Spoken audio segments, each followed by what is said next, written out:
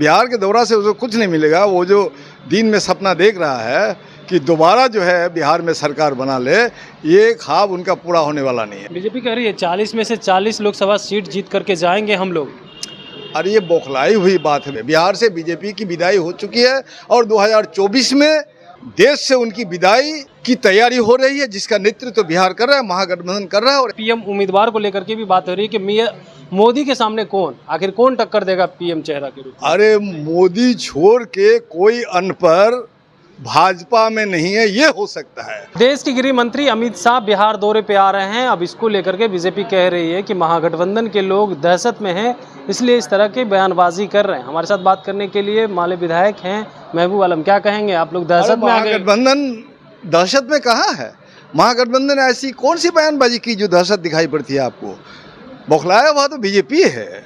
बिहार के दौरा से उसको कुछ नहीं मिलेगा। वो जो दिन में सपना देख रहा है कि दोबारा जो है बिहार में सरकार बना ले, ये ख्वाब उनका पूरा होने वाला नहीं है। बीजेपी से बिहार से बीजेपी को भगाने का रास्ता मिल चुका है और बिहार इसका नेतृत्व दे रहा है। महागठबंधन की यहाँ सरकार है, साथ साथ पूरे देश में इंडिया का गठन करने में बिहार की महत्वपूर्ण भूमिका है और आने वाला दिन में 2024 को निर्णायक शिकस्त बीजेपी को दी जाएगी।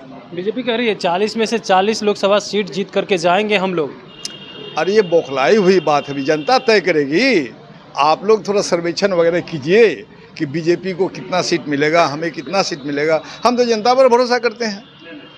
जो महंगाई है, जो बेरोजगारी है, जो देश को बेच रहा है, लगातार संप्रभुता के साथ जिस तरह से समझौता कर रहा है, संविधान बदलने की साजिश कर रहा है, जुडिशरी को धमका रहा है, ऐसे हालत में बीजेपी का कोई अब रास्ता बचा हुआ नहीं है। इसलिए बीजेपी अनाप शनाप बयानबाजी कर रही है। इंडिया गठबंधन की कोऑर्डिनेशन कमेटी की बैठक हुई, लेकिन अब तक ये निर्णय नहीं हुआ कि सीट शेयरिंग का मामला कैसे सुलझाया जाए। भाई जल्दीबाजी क्या है? उस दिशा में तो हम बढ़ रहे हैं आगे। सवाल खड़ा करें बीजेपी का सवाल, बीजेपी की वजह से हमने इंडिया गठबंधन नहीं बनाया है। हमारी जिम्मेदारी, हमारी जिम्मेदारी जनता के प्रति है। हम जनता के सवालों का जवाब देंगे।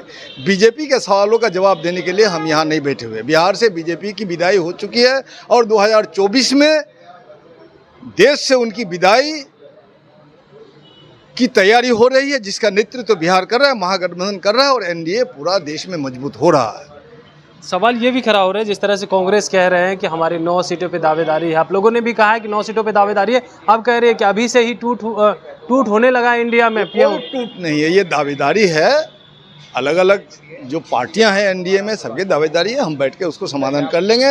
हमारा फर्स्ट एंड फॉरमोस्ट ड्यूटी है देश की हिफाजत करना, संविधान की हिफाजत करना और बीजेपी का जो सांप्रदायिक फांसीवादी ताकत ने जो सत्ता को कब्जा कर लिया, उससे मुक्त करना देश को। ये हमारा प्रथम प्राथमिकता है। आखिरी सवाल रहेगा, पीएम उम्मीदवार को लेकर के भी बात हो रही है कि मोदी के सामने आखिर कौन टक्कर देगा पीएम चेहरा के रूप में। अरे मोदी छोड़ के कोई अनपढ़ भाजपा में नहीं है, ये हो सकता है। हमारे देश की जनता तय करेगी, चुनाव तय करेगा और सैकड़ों विभूतियां हैं देश में जो प्रधानमंत्री पद का नेतृत्व को सुशोभित कर सकता है। जी जरूर। तब सुन रहे थे, हमारे साथ थे महबूब आलम, जिन्होंने तमाम सवाल का जवाब दिया और उन्होंने साफ तौर पे कहा है कि चुनाव के बाद तय हो जाएगा आखिर पीएम उम्मीदवार कौन होगा।